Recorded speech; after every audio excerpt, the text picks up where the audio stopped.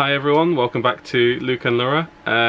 Before we get started, I'd just like to point out that one of our videos, the Lego blind bag challenge, you'll remember this from a couple of weeks ago. We got some Lego Disney poly bags and we did a bit of a blind bag challenge where Laura and I challenged each other to open and guess what was in there.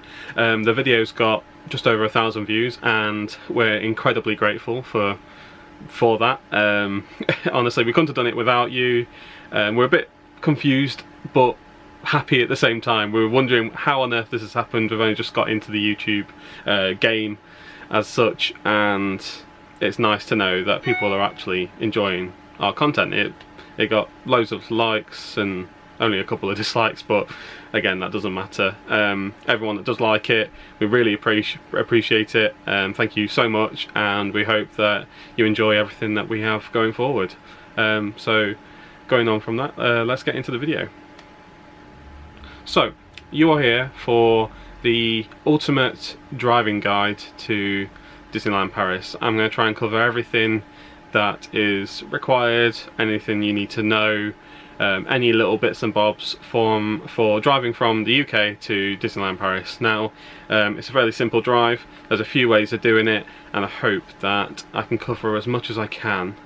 There's quite a few little bits and bobs that there is to know, but I'm hoping that everything that I say in this video, you'll go away and you shouldn't need much more than that. If there is anything else, please let me know and I'll try and help you out. If you have any questions, I have no issues helping anyone out. Reach out to me. We have no problems helping out at all. So please, if you have any questions off the back of this video, then just get in touch. It's fine. But going on from that, let's get into section 1, which is the benefits. The benefits of driving to Disney. Now, the first time we went, Laura and I went to Disneyland Paris, we flew. We flew with EasyJet from Manchester. We flew into Charles de Gaulle Airport, then got the TGV train from the airport to Mon Valley station. And it's quite expensive. If I remember correctly, the flights were around £190. The return TGV train tickets, even though you're only on the train for 8 minutes, they were £40 return each, and I mean that's what, £270 on its own, in comparison to roughly about £80 on a ferry, £100 in fuel, and that's not much more than that. So, and the main benefit is if you're like us and you like to bring back merchandise, or you have large things, or you have a lot of luggage that you might not you're worried about taking, because obviously these flights that we had, they were only hand luggage, so if you wanted to add a bag, it was a lot more than that. But if you drive, you have essentially as unlimited storage as your car will give you. We had a car full, and we could bring back as much merchandise as we want. There was a couple of big ornaments we like the look of, and we don't have to worry about getting them home or them getting damaged, such as the Christmas ornaments. Yeah, they're nice and protected. You just put them on your back seat on top of everything else, and you don't got to worry about it at all. That is pretty much the main. Well, there's another main benefit, which is sort of like you have no. Your only time scale is the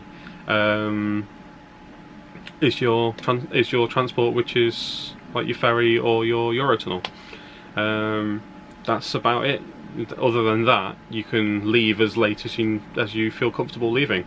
You're not set to a train time schedule. The only thing you're set to is the ferry or the Eurotunnel, so that's another benefit. And a third benefit would be, at the end of the day, the shuttle buses get very busy. We ended up catching an Uber from the bus station just outside Disneyland Paris to our hotel, which was a few minutes away, because catching a shuttle bus was an absolute nightmare. Our specific bus was going to various think it was about 4 hotels in a row, and the queue for it was enough to fill at least 2 full shuttle buses, and only one came round at a time, and we were just stood there and it just wasn't happening.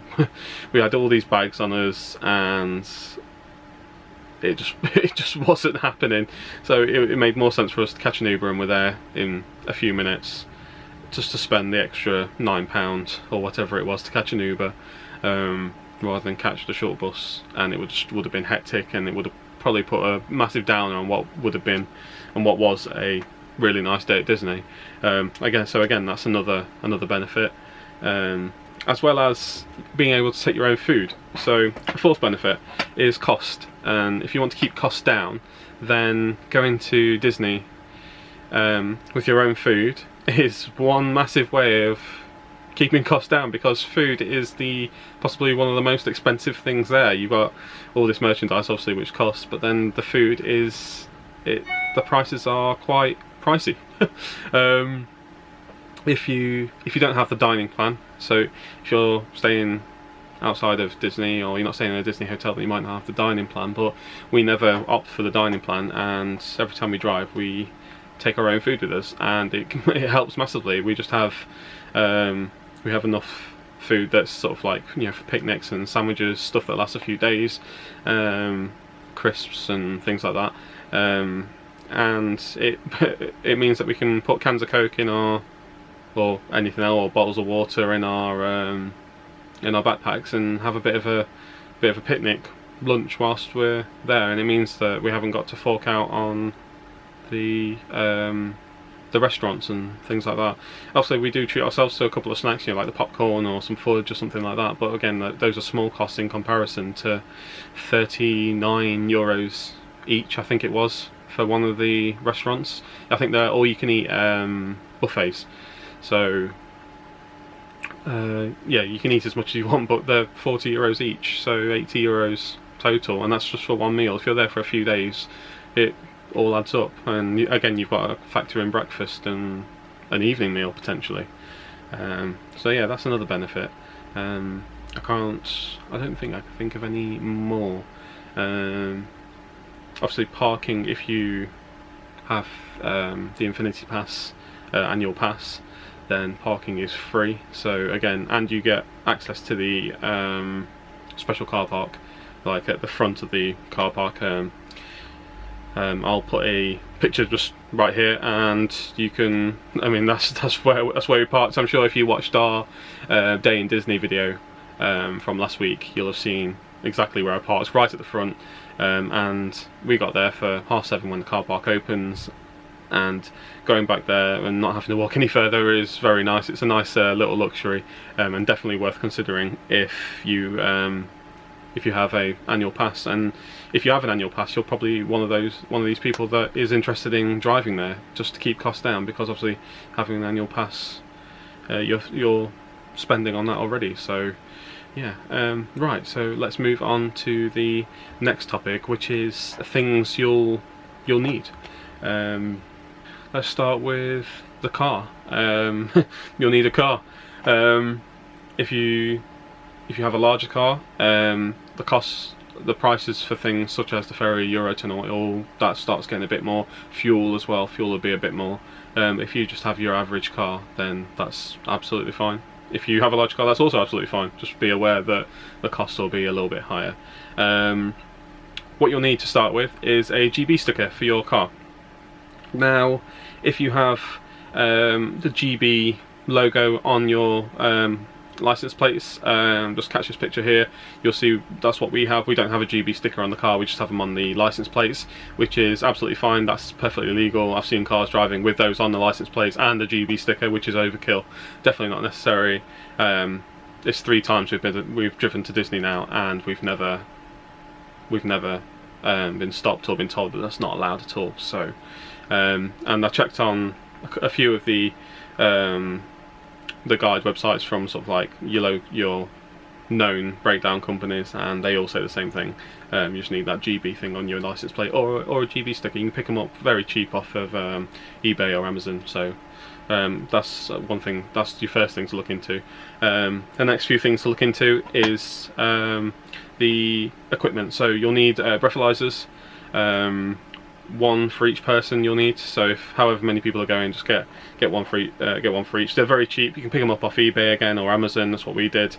They're only a few pounds, and you just keep them in your glove box. And yeah, it's just a requirement. We've never needed them. We're neither of us are drinkers anyway, but it's one of those things where you know that if you got pulled over for whatever reason, if you had a light out or anything, you know that's what they'd be asking to check for. So just make sure you've got them. Another thing is a warning triangle. You'll probably have one of these as part of your car kit anyway. But yeah, just make sure you got a warning triangle. Again, very easy to get, cheap off eBay, Amazon, Halfords, anything like that.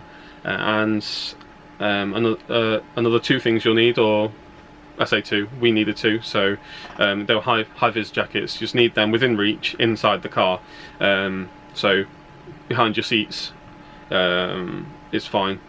We just got a couple of high-visors. Again, it's a requirement. They just need to be visible, and that's about it really. One thing I've got to mention, or two things I forgot to mention. I'm just adding this on at the end. You'll need to do something about your car headlights when you're driving, if you're planning to drive over there at night at all. You'll need either a beam bender kit, which you can pick up from Amazon, Halfords. I normally go to Halfords because it's the same price as you'd be buying it online. eBay do them as well, but I don't know what the quality's like on them. But yeah, you pick up beam benders, and it comes with a diagram on how to stick them to your car, and they peel off very fine. I know people have had issues with getting them off when they get home, where they're like burnt on and things like that. But I've used them 3 times now, and I've never had an issue, so I wouldn't worry too much about that. Especially with the brand I use, they're from Halfords. I think they're called Euro lights. So yeah, fully recommend using those. Another thing people mention is having a spare set of bulbs. Fully recommend having a spare set of bulbs for bulbs that you can easily replace. If you have HIDs in your car or Xenons, then technically you're not allowed to change them due to safety, so you can't really carry a spare set of those. But again, that's not a requirement though, that's just a guideline. But again, having a spare set of bulbs even when you're driving in the UK is a handy thing to have, I suppose. So yeah, just get a spare set of bulbs if you do need them. It's only a guideline anyway. I wouldn't. It's not the law. But a lot of modern cars have an option to change the lights to be fitting for driving across, to drive abroad anyway. There's an option in the trip computer to say you're driving on European roads, and it'll automatically adjust the beam for you. But in terms of actual for the older cars or cars that don't have that option, then get the beam benders. So that's just something to add on at the end of that, as I forgot to include it in the main section when I was talking. So we'll move on. Oh, and obviously passports. If you have any intention of going to Disneyland Paris from the UK, then you'll need passports. But yeah, I thought that might be obvious, but you never know. We'll move on to the next thing, which is travel insurance. So travel insurance, car insurance, breakdown cover, things like that. So right. The first thing I'll get into is car insurance. Now, most car insurers, they'll have within the policy already where you can drive in Europe for up to 90 days, without having to make them aware. Some companies will require you to make them aware. Some companies won't have that in their policy at all. So best thing to do is check your policy on European driving and what you are actually covered for. But with mine, I was covered for up to 90 days travelling in Europe, all of Europe, so which is fine. The next thing is breakdown cover. So right, so breakdown cover is an odd one. So you can get European breakdown cover that covers just your trip, or you can get it where some companies offer it as part of their policy. Now, I used to, until recently, I was paying per trip, and it gets expensive, bearing in mind, depending on what car you've got, it varies in price, but I was paying roughly about £40 every trip, and that's for peace of mind, really. The last thing you want to do is break down and then not have breakdown cover that can at least get you back to the UK, because I can't imagine anything worse than the panic that will set in if you break down in France and you don't know what to do because you have no one to call.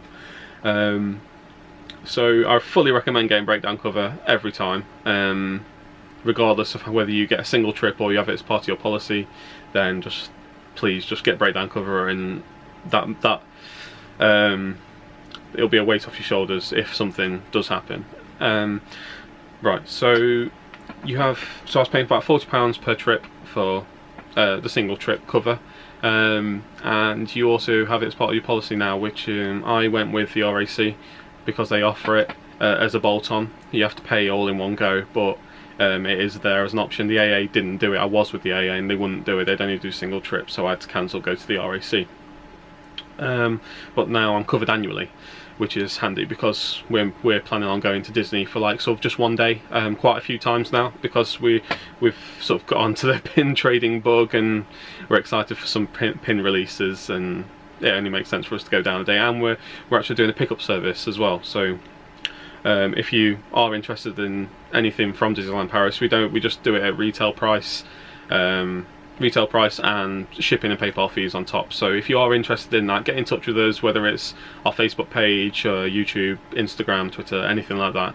Then just get in touch if you would like something, and we'll be happy to accommodate. But yeah, carrying back on with the video, your breakdown cover is, right, so we've got breakdown cover, car insurance, right, travel insurance. Travel insurance, again, it's one of those where you can pick it up nice and cheap off of sort of like any of the comparison sites, Money Supermarket, Confused.com, your bank, anything like that. Just, again, make sure you get it. It'll cover you for any issues that you might need, and you'll also need a European health card, so you're covered for any accidents or hospital trips that you'll need. You have to fork out on whatever bills they throw at you for that. It's all covered by the NHS, so make sure you get one of those as well.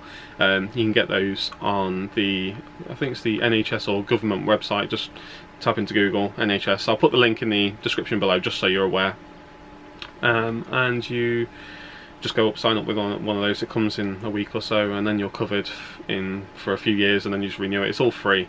You have to pay for it, which is handy. Right, so we'll move on to the next section, which is currency. So currency, we found a new method of spending over there, and it's not cash anymore, it's card. And the company we use is called Monzo. We both have a Monzo card, and what we do is we put all our money on this card. It's a MasterCard, and it's a MasterCard debit, and it's an app that's, you have a bank account, you have a sort code and account number, and it's all run from your phone. And the best thing about it is you get the exchange rate that is live at the time. So if it's €1.26 to the pound, that is what you will get when you spend, and that's the best thing about it. You don't have to go to whoever you get your cash from and lose out, because they'll give you 1.15 to the pound or whatever, and that's honestly, it makes it worth it. It's so easy now, so easy using cards, because everyone accepts cards these days. Cash is just heavy. You give someone notes, you get back change, then you've got to find a way of spending that change. Whereas on a card, it's nice and clean. And when you go, we'll discuss routes in a minute, but when you go through the toll booths, if you decide to go through the quickest way, which is tolls, these toll booths accept card. You just put the Monzo card in, it sucks it in, spits it back out, it's open, and that's it. That's as easy. It's as easy as that. You haven't got to worry about putting coins or notes in and fiddling around or dropping anything. So again, fully recommend getting a Monzo card. I can't remember what there's another one called. There's another similar thing. They're all springing up now, but Monzo's the one we use. It was recommended to us from a friend, and they use it when they go to Florida. I've used it when we go to France, and couldn't recommend it enough. Customer service is also excellent. We had a couple of issues setting up the account initially because of email addresses and things like that, and they're so friendly and easy to talk to, and everything's sorted very quickly. Again, it's free. I'll put the link in the description below. There's no referral links. We're not getting paid to say this or anything like that. It's literally just giving you the best information I can possibly give you on when you go to Disneyland Paris and driving there. And that is it in terms of currency. So we'll move on to the next section now, which is the choice to make of getting there, which is the ferry or the Eurotunnel. Now, we've used both, and we both like both. The ferry is cheaper if you decide to go for a few days. If you decide to go for just the day, like we did, the Eurotunnel is cheaper. Examples of this were we went for 3 days, well 3 nights, and the ferry was £90 return. The Eurotunnel would have been £130 return. So it's quite an increase. It's one of those where it's just enough of an increase that doesn't warrant it. In terms of just the day though, a day trip, it worked out about £54, £55, £53. It varies by a few pounds depending on the times you travel. So yeah, if you're going for a few days, go with the ferry. If you're going for just the day, go with the Eurotunnel. But that's if you're just bothered about cost. If you're bothered about speed, then Eurotunnel every time is so quick and so easy. So you drive into an automated machine, it recognises your license plate number, you tap it'll go, is this you? You tap yes, it prints out a thing that you hang from your rear view mirror, tell you where to go, you drive up, and then it'll go, right, now you're boarding. You sit behind a row of cars in the row that you're told to, and you drive onto the train, and then 35 minutes later you're driving off the train in Calais or Dover, Folkestone. And it's as simple as that. There's no headache to it at all, and the service, it's almost like a service station. The parts in Dover and Calais, they're a lot nicer. Well, they exist, as opposed to what happens when you go on the ferry. Now, if you go on the ferry, you drive up to a booth in Dover. Depending on the time of the day, it can be very busy. It's all manned. They check your passports, and you go through customs, and you do that in the Eurotunnel as well. I forgot to say, you do actually go through. You hand someone your passport and go through border control and then customs if they pull you over. But again, we were pulled over on the way out to France, and again they just check your door handles, ask you to lower your windows, and they have a look at you, and that's about it really. On the way back, I was checked by customs, and they asked me to open all the doors, open the boot, and they just had a quick look around, make sure there was no one in there or nothing dodgy or anything like that. It's nice and easy, nothing to worry about. If you are concerned about it, again, honestly, it's nothing to worry about. It's just procedure. If you've done nothing wrong, you've got nothing to worry about. But yeah, with the ferry, you drive up, go up to a manned booth. It's very similar. They give you your thing that you hang from the rear view mirror. You go and sit behind a load of cars, and then you drive onto the ferry. The difference is that the ferry is an hour and a half long, and the docking and loading, and there's potential for delays. there's a couple of times where we've been driving back home and it's been delayed for a couple of hours, and then we've got onto the boat, and because of severe weather, we were actually on the boat for about 3.5 hours, even though it was like an hour and a half journey, because the wind and the waves were that high.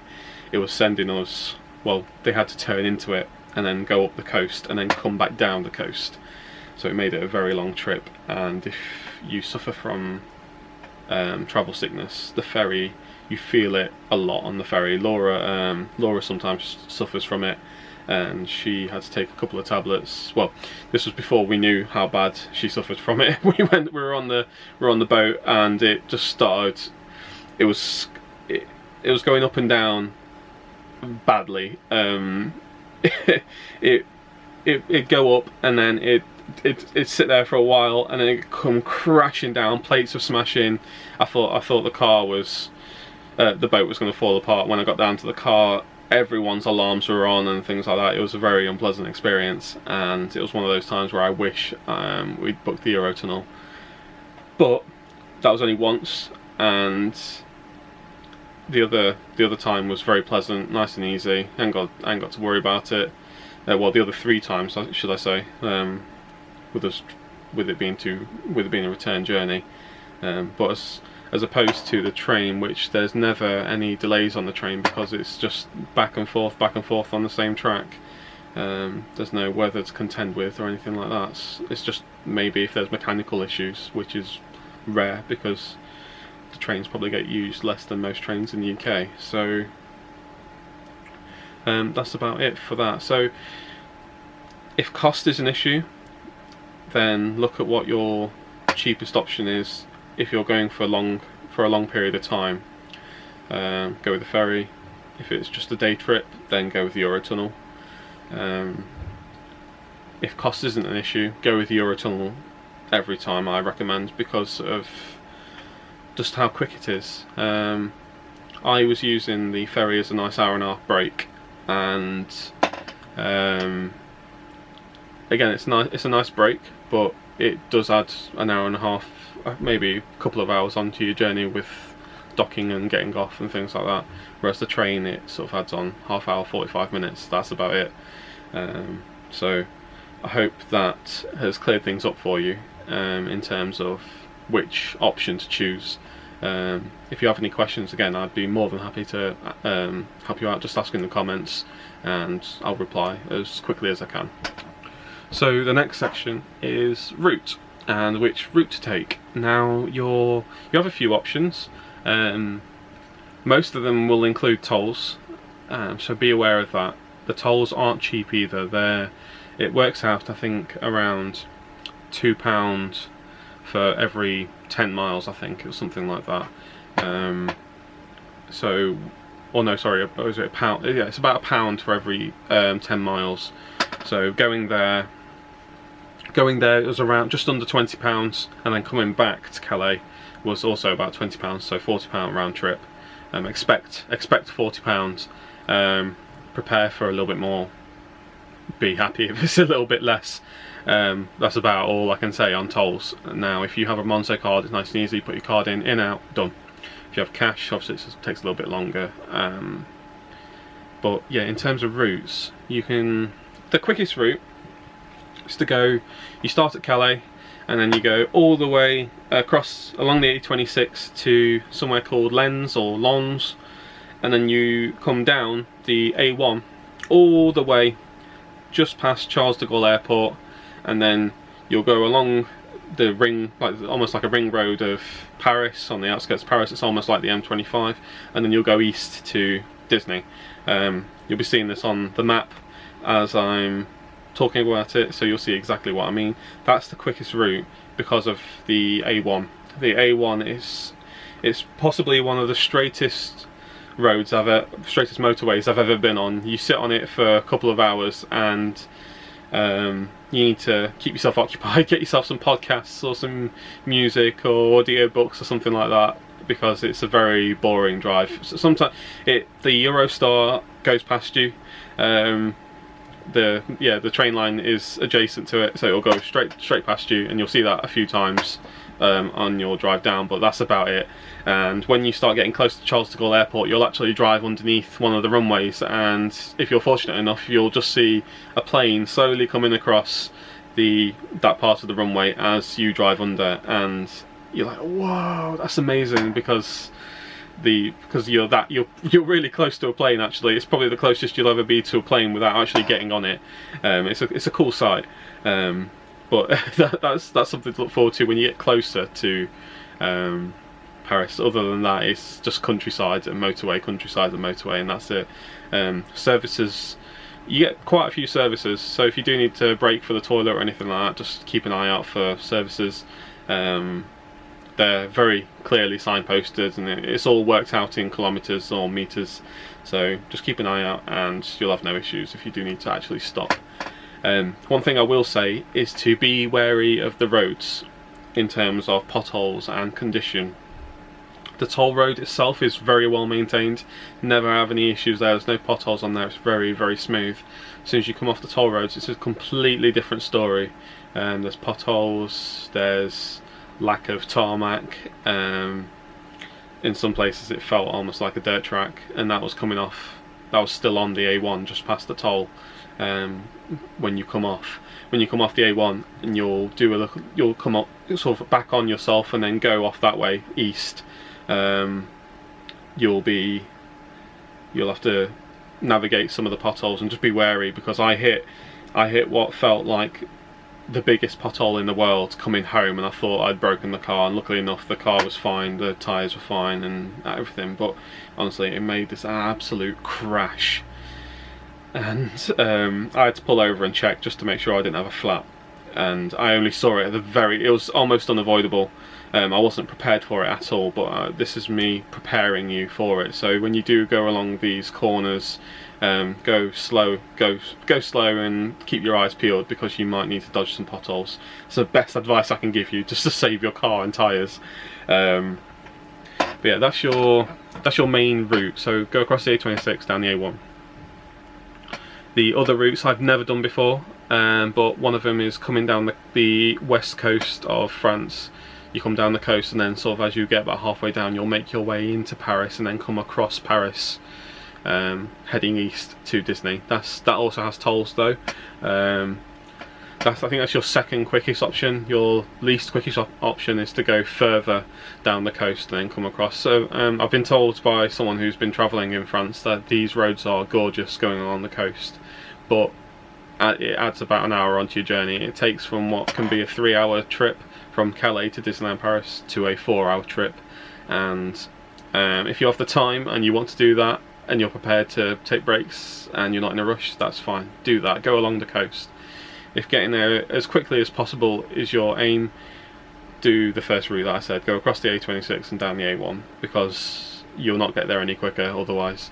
And when you get onto that motorway, the speed limit is 80 miles an hour. Well, it's 130 kilometers an hour is the speed limit, so which works out roughly 80 miles an hour, which is, it's nice. Just set your cruise control and leave it at that. Be aware that if it is raining or wet, then the speed limit is 110 kilometers an hour, which is 70. It is very well signposted, but again, just keep an eye out for that, and you'll be absolutely fine. I just set my cruise control at 80, and to be honest, I felt like one of the slowest cars on the road because everyone was going flying past me. If you ever see a car coming up behind you with its indicator on, then move out of the way. I think that's part of the law there, that if you're making a manoeuvre and you're overtaking, if you leave your indicator on, it sort of gives you right of way over everyone else. No one's allowed to pull out on you until you're finished overtaking everyone on the motorway. If I'm wrong, correct me on that, but from what I've read, because I was very confused, I thought someone had left their indicator on for no reason, but when they went flying past me, I sort of had a bit of a search when I got back, and that's it. They're allowed to do that apparently, just put their indicator on, and this carte blanche to overtake everyone without being pulled out on. So yeah, now in terms of route, that's about everything. Come back the same way, go up the A1 and then cross the A26. Again, you've got the tolls to worry about, but traffic, there's a bit of traffic before you get to the A1, so coming out of Disney, that can be quite busy as you're heading into Paris. That's where everyone's going, so it can build up. once you get onto the A1, it's very quiet. It's almost like being on the M6 toll here, if you've ever been on that. Very quiet, not many people on it at all, mostly lorries anyway. So, and then when you get to Calais, that's when the traffic starts building up again. But again, leave with plenty of time. Estimate it to be about 3 hours. So if you need to be at your train for 12:30, I'd leave at 8:30 or 9 o'clock, just to give yourself enough time so that you have half hour to an hour once you get there, and it gives you a bit of grace period if you do encounter any traffic or any issues, or if you need to stop, you haven't got to worry about time. So it takes about 3 hours, so give yourself 4. And that's about it for the route. Now I'll move on to the last section, which is best times and parking. I'll put it all into one section. And so basically the best times to drive are night times. We've only ever driven at night going there.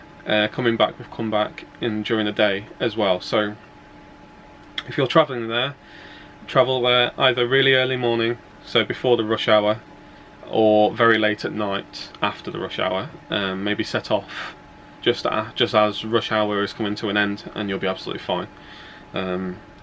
We've set off around 8-9 o'clock at night, and there's only a couple of times where we've encountered traffic, and that was because they were doing roadworks and the lanes on the motorway go from 4 to 1 and everything bottlenecks, which isn't really anyone's fault apart from people doing the roadworks, but it's one of those things that you just have to account for. That can happen at any time, and if it happened during the day, that tailback will be a lot longer than it is at night.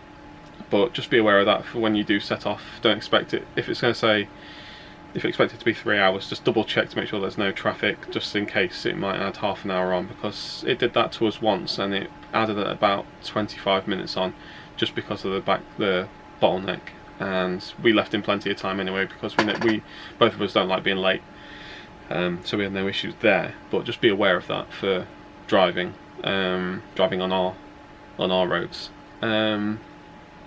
Coming back, I've never had an issue coming back regardless of what time we've left. So we've left midday at a weekend, and we've also left early in the morning, and we've also left late at night, and every single time I've not had any issues with any traffic, apart from a little bit of traffic going into Paris. On the time I left we left at 9 in the morning on a Sunday, and then we encountered a little bit of traffic, but it was never standstill, it was still moving.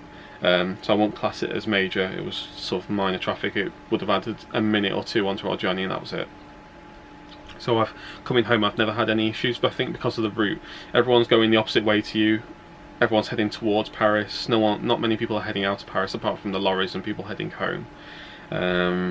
The traffic does build up a little bit towards Calais. There was only one time where we got to Calais and it was absolute gridlock everywhere, and that was because it was the same weekend that they had all the illegal immigrant issues. People were storming trains and like issues with the lorries and all that, and we had to have a police escort from the motorway to our terminal. Well, to the entrance of the terminal anyway. We had to drive along the opposite side, the wrong side of the road, and all sorts, because the lorries were just taking up everywhere. We had to drive on the hard shoulder and everything. It was all with a police escort. So, but yeah, it was very, very odd. But again, keep an eye out for that. Always check your Maps app. I've used the Apple Maps every time, and I've never had any issues using the Apple Maps. We've used Google Maps as well, and that's also been fine. Neither of them have steered me wrong. I use Google Maps just to see what it's like, but normally I only ever use Apple Maps, and they keep it updated now, and it's nice and easy. That's in terms of coming home. You can leave sort of pretty much any time really and not have to worry about it. Maybe if it's a weekday, double check, because I've never come home on a weekday. It's always been a weekend. But going there, because of our roads, you should if you're planning on driving to Disney, you'll know what our roads are like already, and it can build up around the M25, as you probably know. and getting close to Dover and Calais, Dover and Folkestone, you know, it can build up there as well.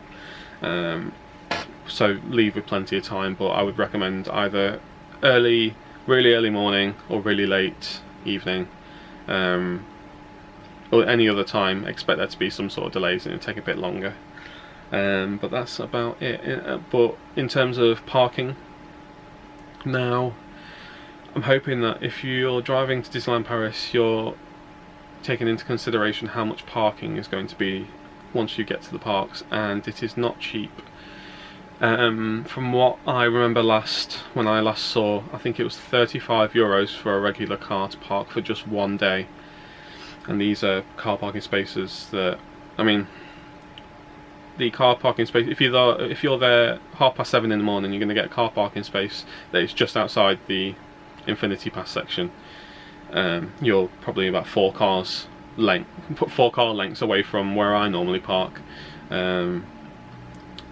but you've paid €35 or €30, it's one of the two, to get in there, and it's not cheap. If you've got a trip that's a few days, that's gonna add up. You're talking €100 in parking just on its own. Now if you have the annual pass, Infinity Pass, that's why we drive there, because we have these Infinity Passes and it gives us free parking. That's why we drive. It just makes so much more sense. So be aware of that if you are going to park there. If some options where you can stay at the hotels and you can drive to the hotels and you don't pay for parking there, and then you just hop on the shuttle bus to the parks, that's also absolutely fine. But be aware that the shuttle buses as you'll know earlier on in the video, the shuttle buses do get busy at park closures. So if that doesn't bother you, that's fine, but it bothered us, which is why we stayed. We drive into the car park, and getting merchandise back to the hotel to put in your car might be an issue as well. And it's very nice to be able to walk back to the car to grab some more food, some drink, have a break, put any bags that we're carrying around back in the car, and then head back into the park. It's very easy, it makes things so much simpler for us. But I fully recommend doing that. Fully recommend parking, but again, only if it's worthwhile in terms of cost. There is one more section I want to talk about, which is fuel. I forgot to cover that, so I will cover fuel. Now, fuel is it's roughly the same price over in France, if not a little bit more expensive than it is over here. So there's no benefit to sort of leaving your tank pretty much empty and then filling up once you're over there. I didn't find a benefit to it at all. But in terms of actual fuel usage, I used pretty much a whole tank. So my tank is 60 litres of diesel, and I used pretty much a whole tank. I'll have just over half. By the time I get to Disney, I have just around half a tank left, and I'll fill that back up, and then I'll have the same amount when I sort of get home. What I don't like to do is leave half a tank, and then I'm starting to struggle for fuel. When I'm on the home side, I'll just fill up whilst I'm over there, because the price is pretty much similar. I'll fill up and then come home and then we'll get back home with about half a tank still in. So I use about a whole tank. In terms of cost, obviously that depends on what fuel you're using, but my car, diesel, it does about 45 to 50 to the gallon on the motorway. It's a bit of an older car, so if you've got a more modern car and it's doing 60, 70 on the motorway, it'll cost you a lot less than it cost me. In terms of actual cost, I think I budget for about £100 in fuel. It cost me about 70 to 80 to fill anyway, and then I budget for that little bit extra just in case I need it, or I have to sort of do a bit more than just cruise control on the motorway. You know, if it's stop start, things like that, it does make a difference. Your car can just get into a pattern, into a rhythm, and just barely use any fuel on the drive down, or if you're stop starting everywhere, you're going to use quite a bit. So say about £100 for fuel, just factor that in. But in terms of cost, that's about it to factor in. If you compare it to what we've paid in the past, so if you've got £100 for fuel, £40 for breakdown cover if you don't have it included. So we do now. So it's £100 for fuel and £50 for the Eurotunnel for the day trip, or £80 for the ferry. We'll go with 180 because it's the higher option. Split that by 2 and you've got sort of £90 each, and that is it. Well, I say travel insurance, sorry, so 10-20 quid, so an extra tenner each. If you're flying, then like I said, you've got £190 in flights. If you aren't taking a checked bag, then you've got £80 in train tickets. It's already more, it's already sort of £100 more, and then you've got no benefit to it either. So again, it has its benefits, and it's a lot cheaper, and you can take your own fuel. You can take your own, well, it is fuel really. You can take your own food, which is fuel for you. You have that option to take your own food, and you can bring back as much merchandise as your heart desires, or as your bank account will allow you to buy. And that's the case with us as well. We just run out of money every time. And that is about it. I think I've covered everything. I hope I've covered everything. If there's anything I've missed, please let me know. If there's anything you'd like me to cover, then also let me know. If you have any questions, please get in touch.